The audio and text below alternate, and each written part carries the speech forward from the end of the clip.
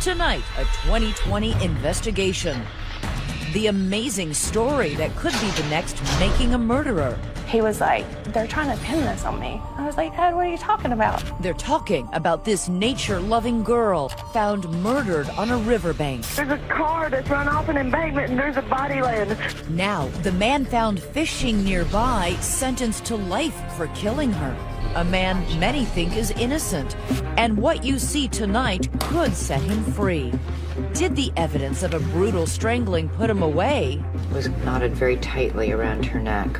Or was it a hell-bent detective honing in on an easy target? You said you didn't see a car, you never heard a car, you never touched a car. Lo and behold, guess whose DNA is inside a dead girl's car? Tonight, one woman's crusade to prove his innocence. People just lost track of who was doing what. Lost track in a high-profile murder case? We're showing you the crime scene. At the water's edge fishing, there's no way I could even lean out and see that there's anything going on. Tapes the jury never saw. Even the judge now rethinking the case. What do you think after watching that videotape? It does make me question whether or not Mark Carver did it. Did they catch a murderer or make one? If Mark Carver didn't kill Ira Yarmolenko, then who did? Hello, I'm Elizabeth Vargas. And I'm David Muir. As we come on the air here tonight, a man sits in a North Carolina prison nearly 6 years into a life sentence for killing this young woman right here behind us tonight. But just like that hit documentary series Making a Murderer, questions are now being raised. Is an innocent man behind bars? Just yesterday, Mark Carver's lawyer filed a motion to have his conviction overturned to start fresh with a new trial. I've now spent hours with that man at the center who refused a plea deal, saying he wouldn't confess to something he didn't do. After tonight, will you think he did it?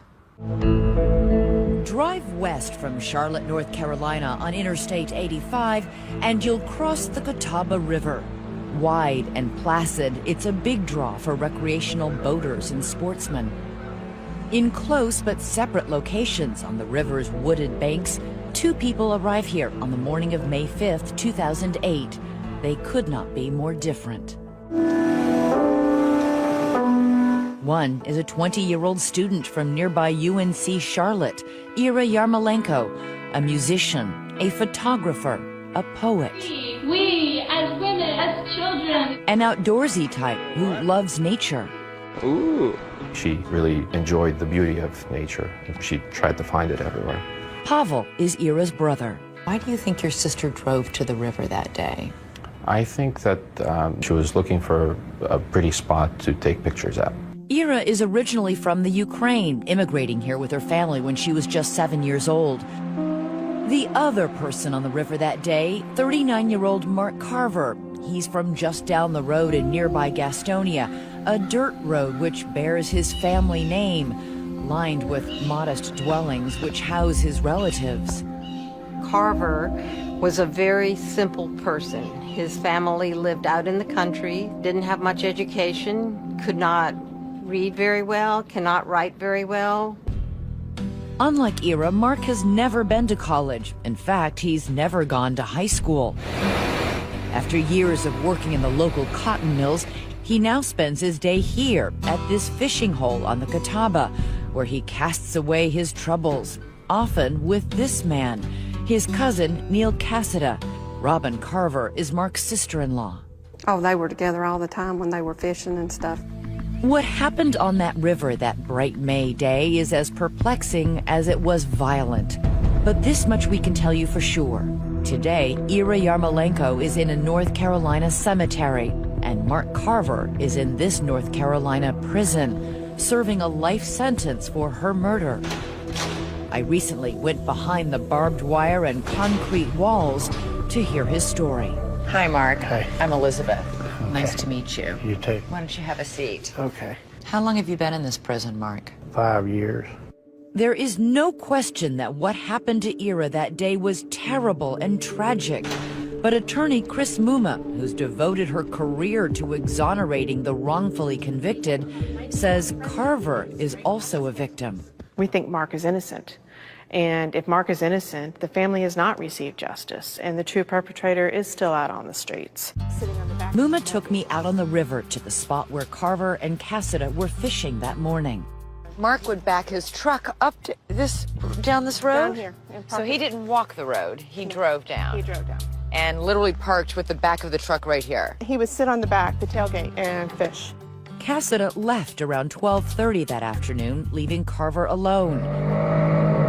Half an hour later, two jet skiers out for a ride on the Catawba come upon a gruesome scene. Yes, County 911. I'm a boater on the Catawba River, above the I-85 bridge. Something blue and metallic catches the eye of one of the jet skiers. There's a car that's run off an embankment, and there's a body laying there. I don't know if they're alive or not. And as they motor up closer, they see the body of a young girl lying in the grass beside the car. It is Ira Yarmolenko, her body, her car, found 100 yards upriver from Carver's fishing hole. The police found Ira's body right beside the driver's side of the car. Elizabeth Leland has written extensively about the case for the Charlotte Observer. She says the bizarre crime scene posed far more questions than answers. She wasn't raped. She wasn't robbed. There were lots of things that just didn't make sense about this case. Among them, the odd manner of death. These 3 ligatures around her neck. There was the drawstring that had been taken out of her hoodie and wrapped around tight and knotted in several places. There was a bungee cord that had been tied around. And lastly, a very dainty little blue ribbon. A disturbing discovery in the Catawba River, a body. As the media descends, police begin canvassing the area for witnesses. They talk to those 2 jet skiers and to construction workers who were in the area where Ira's body was found. We went to see if anything could be done, but it was too late. There was no movement. And of course, they find that fisherman calmly casting for carp just downstream, Mark Carver. And what did they tell you was happening? They didn't tell me nothing. They just said they need to get my name and address and my fishing license. I give them to them, and then he gave them back. I shook his hand. They went up through there. Carver is cooperative, but not very helpful. He says he neither saw nor heard anything. So police have nothing but bad news to deliver when they notify Ira's family. Police officer came to the door. What did he say? He slowly walked in and told us that unfortunately they have found my sister's body and that they're very certain that it's her. I can't fathom getting news like that. I think all of us simply collapsed where we were, and that was it. Days pass with no arrest. The mystery now as deep as the sorrow. I hope that when you go home tonight, you will tell everybody that you love them. You will tell everyone that you know that you love them. Pavel eulogizes his sister at a memorial service on campus. In the coming days, she is laid to rest, while detectives speak to those who last saw her, piecing together her final steps. This video is to represent the timeline for Miss Irina Yarmolenko. Detectives record this timeline video. Ira spent the morning running errands. She went to the credit union, then she went to the Goodwill. A security camera catches her donating several bags of clothing. And then she went to Jackson's Java, which was a coffee shop where she worked. It takes approximately 5 minutes and 50 seconds to drive to Jackson's Java from Goodwill. And from there to the Catawba River is about a 19-minute drive. This is the last documented moment of Ira's life, a grainy video of her car driving through the parking lot of a YMCA, about half a mile from the embankment where her car was found. Police study it, searching for any sign of another person with her. But the video is so unclear, police can't tell. So they pursue the theory that Ira must have met her killer out on the river. If someone approached her that she didn't know, would she have had her defenses up? Unfortunately for her, I think she was much more of an outgoing type of person. The kind of person who would trust people she didn't know. I think so, yeah.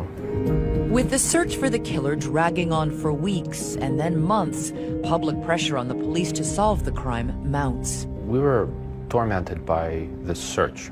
We thought of it more or less constantly. So police bring Mark Carver back in and start to do some fishing of their own. Do you know what DNA is? Are they about to find a murderer or make one? Everybody was just in shock. We just couldn't believe it was happening. Stay with us.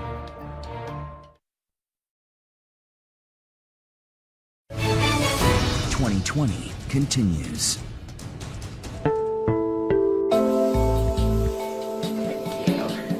I'll need you to put on these gloves before going through the evidence. On the ground floor of the Gaston County Courthouse, we find this cardboard box. Inside, the evidence from the Ira Yarmolenko crime scene, the 3 ligatures that were wrapped around her neck, a small floral bag from which one of those ligatures, a blue ribbon, had been torn. Look at how tight that knot is. Crime scene photos of her car on the banks of the river, all pieces of a Rubik's Cube of a case. Investigators spend 6 months working every possible lead and interviewing cooperative witnesses like Mark Carver repeatedly. Did you see that little girl? I told him I didn't know what happened to the girl, or I went up there and helped her. Carver and his cousin Neil Cassida both volunteered DNA samples. Meanwhile, Ira's family works the media, keeping images of the smiling student, the carefree spirit that was Ira, alive in the public's mind. We simply did the only thing we could do, contact local media and get information out there so that possible witnesses would submit information.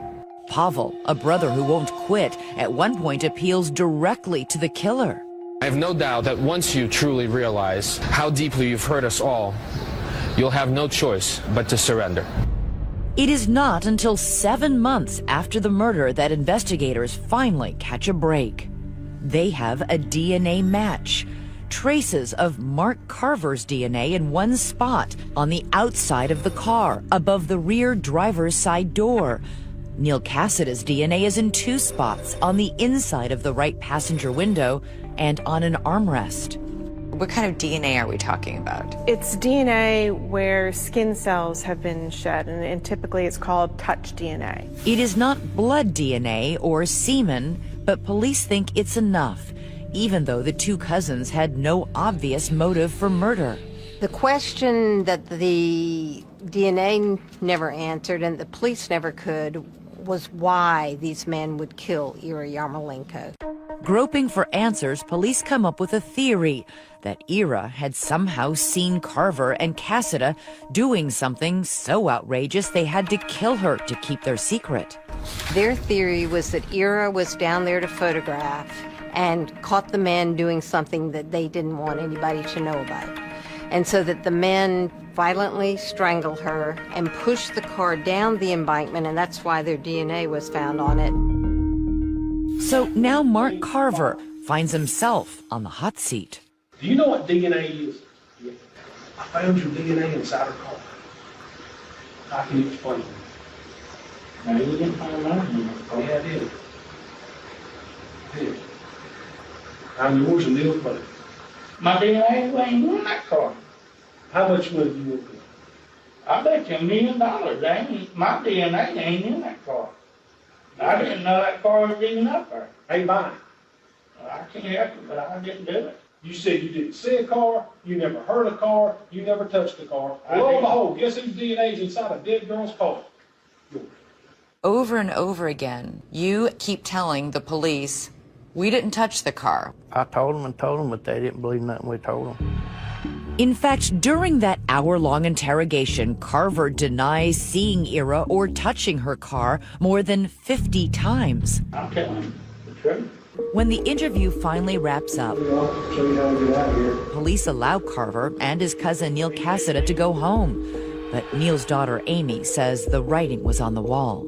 He walked in and he was like, they're trying to pin this on me. Did he tell you what they said to him? Well, they were saying that they knew he did it. He just needed to confess it. 2 days later, before sunrise, police show up to arrest the men. They haul them back in and give them one last chance to confess. All right, Neil, we got a few procedural things to do real quick. This is Neil Cassida. Y'all barking the wrong tree. I swear my mom was great, but I didn't have a thing to do with it. No confession, no matter. Police charge Mark Carver and Neil Cassida with her murder. The 2 men are charged with first-degree murder, even though Neil Cassida had already passed a polygraph. The men appear stunned and confused at their arraignment the following day. Like, everybody was just in shock. We just couldn't believe it was happening. We do not want to go to trial until we have all the evidence. The man leading the charge against Carver and Cassida is Gaston County District Attorney Locke Bell. But it is a slow charge, even after the men make bail. Neil Cassida's family greeted him inside the Gaston County Jail tonight. No comment, please. Police continue to test and eliminate 8 other suspects. 2 years pass before prosecutors bring the case to trial. Then, on the eve of the opening arguments in Neil Cassida's case, a shocking development. It was Sunday morning. The trial started on Monday. He was in the kitchen, and he told my mom, I'm having a little trouble breathing, and he just fell over. Neil Cassida never gets his day in court. Neil Cassida died in his Mount Holly home Sunday morning. Those 2 years was very hard on him. He was so worried that he was going to prison for something he didn't do. Even with one of the defendants dead, the state pushes forward with the prosecution of the other, Mark Carver, who at the time hires local defense attorney Brent Ratchford. Before the trial, Carver is offered the deal of a lifetime, plead guilty to second-degree murder, and spend just 4 to 8 years in prison. Ratchford thought the deal was a strong statement about the state's weak case. I'd never gotten such a low offer. He turned it down without batting an eye. I'm not going to plead guilty for something I didn't do. You'd rather spend the rest of your life in prison? Yeah. Mark Carver walked calmly into court. In March 2011, Carver's legal reckoning finally arrives. He's upbeat and feeling good. He's innocent, so we're ready for our day. At trial, prosecutors build their case on 3 key pieces of evidence. The first, Carver's proximity to the crime scene. If he were less than 100 yards from where Ira was killed, prosecutors argue his claim that he heard nothing that day can't be true. Detectives testify about an experiment they conducted on the river. One detective stood where Carver was fishing, another where Ira was. According to testimony, they spoke in normal voices and could hear each other. We had a lot of issue with that, but it was allowed to come in anyway. The second piece of evidence is that touch DNA found on Ira's car that matched Mark Carver. Prosecutors say it proves he touched the car and therefore must have been at the crime scene. And to drive that point home, the state has an ace in the hole. A moment from that interrogation where Carver, police testify, gave himself away. I believe the words he used was a little thing or a little... Detective William Terry was also in the room during that interrogation. He said that she came up to him about right here. The gotcha moment was when the police detective was recounting the interrogation and said that Mark Carver knew that Ira was little. That moment is crucial. Carver had always said he had never seen Ira, so prosecutors ask how could he know how tall she was unless he was lying. The very first thing I thought of was, they got you. Judge Timothy Kincaid presided over Carver's murder trial. That's what did it for you? That was the turning point of that trial for me. And with that, the prosecution rested its case. Everyone was then sort of on the edge of their chairs waiting for the defense to present a case. But to the shock of Carver's family, Ratchford decides the state's case is so weak, he will present no witnesses or evidence for the defense. They could not explain how the crime occurred. Based on that, the jury's not going to be convinced beyond a reasonable doubt. They told us no way that they were going to be convicted. They're wrong. It takes the jury just a few hours to return with a verdict, guilty of first-degree murder. When I heard that verdict come down, I couldn't breathe. I was like, oh my God, they got it wrong. Judge Kincaid sentences Carver to life in prison, but while his cell door slams shut, another investigation is just beginning.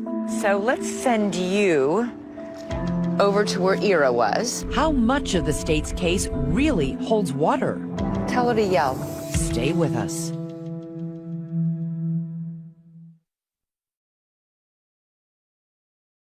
Gregory F. Taylor is innocent. Chris Muma gets people out of prison. Free at last. Amen. Her organization, the North Carolina Center on Actual Innocence, has had a hand in overturning 19 convictions. The point at which I really thought maybe there was something to this case was finding out that Chris Muma was involved. And I thank you so much. Muma takes on only 2% of the clients who approach her.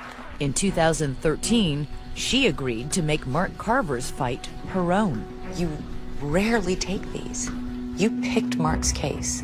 Why? The bottom line is there a valid question mark, and is there a way to get the answer? Mark's case met all the criteria for us. And if anyone ever needed a sharp legal mind in his corner, it is Mark Carver. Muma argues he was easily manipulated by police because of his limited education. Is it hard for you to read and write? Yeah, I can read a little bit, but I can't write. I'm literate. You really have to go all the way up the hill. One of the first problems Muma noticed in the case was that the killers were, she believes, physically incapable of killing. There's all kinds of things that don't fit together. It doesn't fit together that two men who are so limited in their physical ability could do this to a young, vibrant, strong girl. Neil had a terrible heart condition. His family said he couldn't walk 20 feet without becoming winded. Mark Carver has carpal tunnel in his hands. He says he can't even hold a plate for long without dropping it. Those years working in a cotton mill had left Carver disabled. He showed us the scars on his arms from multiple surgeries. So how does that affect what you can do and what you can't do? I can't grab nothing, hold it for a long time. Can you button your cuff back up? Yeah, just take me a minute. I'll get it in a minute. Just have to give me time. Okay. Could these hands throttle someone to death? And even if Carver had killed Ira for reasons unknown, why on earth would he stay at the scene? It doesn't make sense. Who's going to kill someone and then go right back to fishing? Muma also points to this man who asked us not to reveal his identity. He was on the Catawba River that day and even spoke to Mark Carver around 2 p.m. in that crucial period after Ira was killed and before police questioned Mark Carver. We talked about fishing and talked about his family. We had a good conversation for about 30, 35 minutes. But most importantly, this man says he didn't notice anything about Carver that suggested he had just been through a homicidal struggle. Mr. Carver wasn't muddy, he wasn't wet, he had no scratches on him. He was just as normal as anybody could be normal, just sitting on the back of his SUV fishing. Muma thinks this man's testimony could have been important at Carver's trial, but he was never called to testify. Instead, the jury heard from that detective who described the sound experiment police conducted on the river, trying to disprove Carver's claim that he heard nothing. We recreated that experiment for ourselves. So let's send you over to where Ira was. Okay. I'm going to stay here where Mark was. Okay. And we're going to have you talk. Remember, on the stand, the detective said he spoke in a normal voice and could still be heard from the fishing hole. Can you hear me? Can you hear me? I don't hear anything. Can you hear me? Did they do it yet? Elizabeth, can you hear me? Tell her to yell. Can you hear me? Now I hear her. Can you hear me? I can hear you! You cannot hear each other talking at a normal voice. You can't hear each other talking when you raise your voice several levels, and that's what I did with you. You shouted as loud as you could. I did shout as loud as I could. Of course, the jurors never saw an experiment like this. They just heard the detective's testimony about it. And this isn't the only time Muma thinks that the detective's testimony may have misled the jury. He said that she was, I believe the words he used was a little thing. Remember that bombshell moment when he described how Carver seemed to know Ira's height, even though he claimed never to have seen her? He said that she came up to him about right here. Muma says you need to look at the actual video, which was never played in court, and understand that police were interrogating a man with an IQ of 61 and had no idea what he was up against. If you look at the full interrogation, the detective was asking Mark to tell him about Ira. In fact, it is the detective interrogating Mark who calls Ira little and then encourages him to describe her even though he's already said over and over he's never seen her. She was a little bit like what, Jim? I'm going to call her. She wasn't real tall. She wasn't much taller than me. I called you about 5'4". So she wasn't much taller than you? No. It is the detective who's telling Mark. The detective stands up and says, she would have come about here on you, right? And Mark says, yeah, I guess. And he said, well, stand up and show me. If y'all will stand up, look at each other in the eyes, but did she do looking you in the eyes? Yeah, about that. Show me, stand up, show me about how tall she was on you. And Mark basically mimics what the detective did. Probably about right there. Okay. I guess. And I don't know. Yeah, I understand. Yes. Okay. Was he being manipulated? I think it was manipulative to present that at trial without clarification. And I think it was error for the defense to not challenge that. Again, jurors in the case never saw this video. They just heard the detective describe it.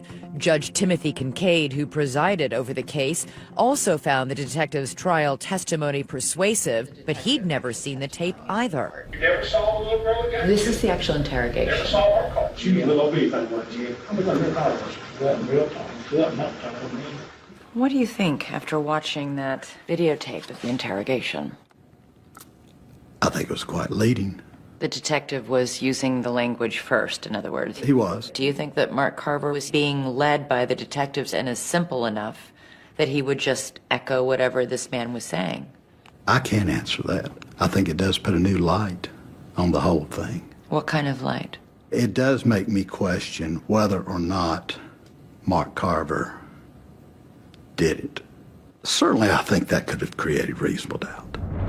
But what about that final and most damning piece of evidence, the touch DNA that seemed to place Carver at the crime scene? When you hear the words DNA match, that sounds like as close to a sure thing as you can get. Muma says not so fast. Whatever you think you know about the infallibility of DNA, think again. Is there another explanation for how that DNA got there? Stay with us.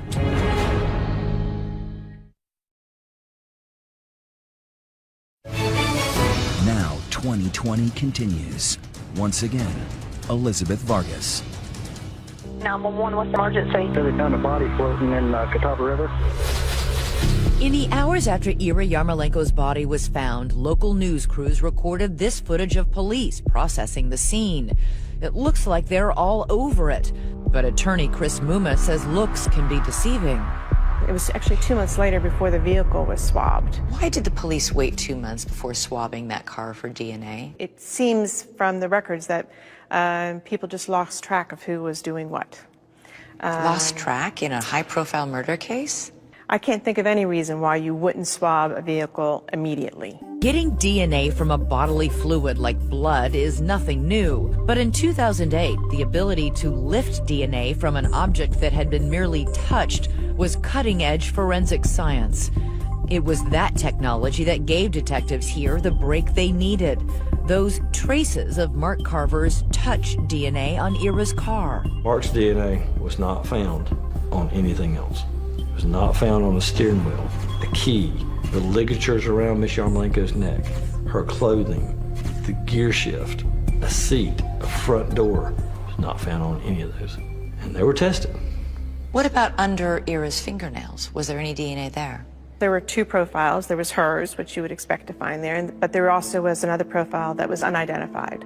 To this day, police have not been able to identify to whom that mystery DNA belongs, or explain why so little of Mark Carver's or Neil Cassada's DNA was found at the crime scene. Wouldn't his DNA have been all over Ira? We're talking about a life and death struggle here, a death match.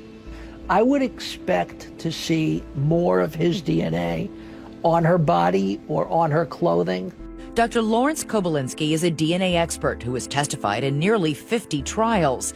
He says most of all, he would expect to see Carver's touch DNA on those ligatures around Ira's neck. You would expect sufficient numbers of cells to be left behind. The simplest explanation is that he did not touch those ligatures.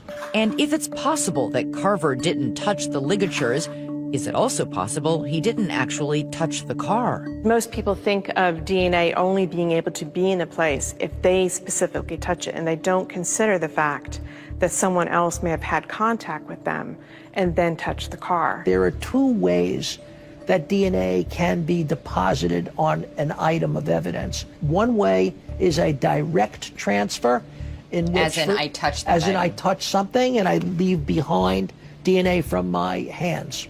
The second possibility is an indirect or secondary transfer, where I shake your hand and now I touch a vehicle and I transfer your DNA onto that vehicle. So how could Carver's DNA have been transferred?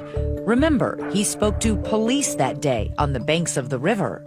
The officer who came over and took Mark's driver's license, so he's holding an item that has Mark's DNA on it, and he shook Mark's hand. And look again at the crime scene photos and video. Muma says it's clear some of the officers were not wearing gloves, even while they were touching the car. They're touching the inside of the car, they're touching the outside of the car, they're touching the doors, the handles, so it's contaminated. This officer even appears to lean on the car door. And something else is startling. While reviewing the video shot at the crime scene that day, we came across this footage. It appears to show an officer rubbing the exact area of Ira Yarmolenko's car where Mark Carver's touch DNA was found. And as you can see, he's not wearing gloves.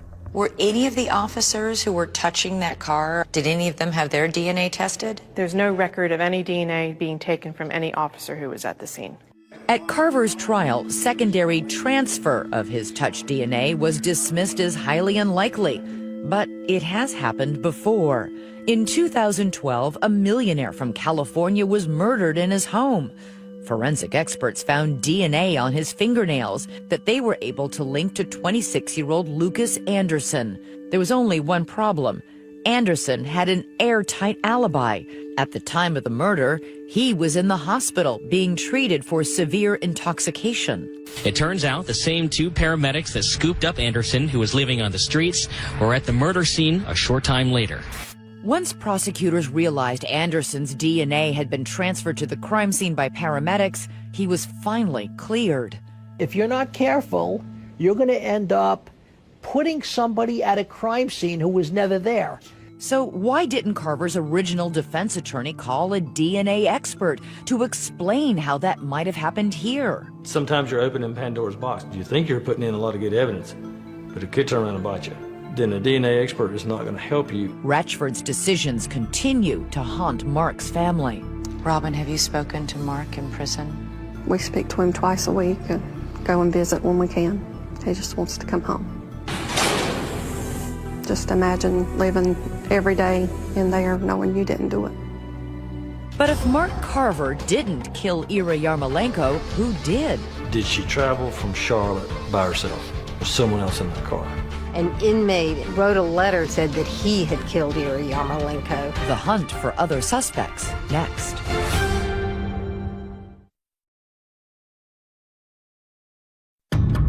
Ever since the day 20-year-old Ira Yarmolenko's bright life was cut short, Mark Carver's answers have been the same. Mark, did you kill Ira? No. Did you strangle that young woman? No. I didn't even see her. There's some saying about how a lie has a short life, but the truth lives on forever. He's never wavered. What does that tell you? It tells me he's telling the truth. And if Mark Carver is telling the truth, that means a killer is still on the loose. Someone who can solve the puzzle of that crime scene on the Catawba River. Why, for example, were there 3 ligatures around Ira's neck? It's definitely overkill. The hoodie string was probably enough to cut off the air supply in her neck. That alone would have killed her. I think that alone would have killed her. The other two, to me, almost seemed decorative.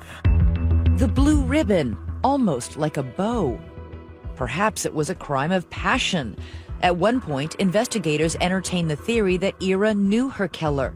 Could it have been a fellow student who may have been stalking her? Or a customer from that coffee house where she worked, who some said might have been obsessed with her? or someone who coerced Ira to let them into her car that day. The question was presented to me, did she travel from Charlotte by herself? Was there someone else in that car?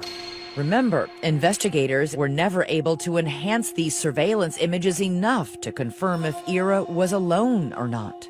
The footage was not good enough quality where someone could tell whether there was another person in the car, either in the front seat, back seat.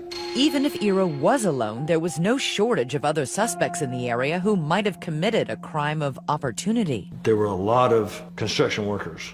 There was a lot of traffic, a lot of people traffic. Ample opportunity for her to come in contact with someone that was totally unknown to her. Last, but perhaps most bizarre, a confession that came early in the case. An inmate in the Mecklenburg County Jail. The case of a murdered UNC Charlotte student Wrote a letter to one of our local news anchors and said that he had killed Ira Yarmolenko. Police talked to the self-proclaimed killer, even tested his DNA, but determined his confession was just a strange way to meet a local celebrity. And they believe that he was infatuated with the news anchor and saw this as a way of getting a chance to talk with her. Was there any sign that he... Chris Muma says the only way to resolve the questions surrounding Mark Carver's guilt is for the district attorney to release the DNA evidence to be re-examined. The district attorney in this case has opposed you every step of the way. He has. And I've asked to sit down with him. I've asked to meet. I asked her, why should I help you to get somebody off that I firmly believe is guilty? Prosecutors in this case declined to talk to us on camera, but they have steadfastly defended the touch DNA evidence. After all, even if Carver's was inadvertently transferred to the car, his cousin Neil Cassidy's was found there too. What are the odds of 2 DNA transfers happening? There's another way to look at this. If we do believe in secondary transfer, we have to start thinking about secondary transfer of both. But Carver is adamant his only crime is being a gullible fisherman in the wrong place at the wrong time. Why do you think police were so focused on you? Because they just wanted somebody to take the rap for it, and they didn't care who done it. I think they thought they were easy targets. Because? They were uneducated. They wasn't highly sophisticated. They were real simple. Poor, pretty poor. Yeah, pretty poor. As of tonight, there is another powerful voice suggesting Carver's case should get another look. Someone that might surprise you. The trial judge, Timothy Kincaid. Part of a district attorney's oath is to do justice. And if that's what justice requires, that's what you got to do. When we come back, what happened just yesterday that could set Mark Carver free? And what Ira's family has to say about it. Stay with us.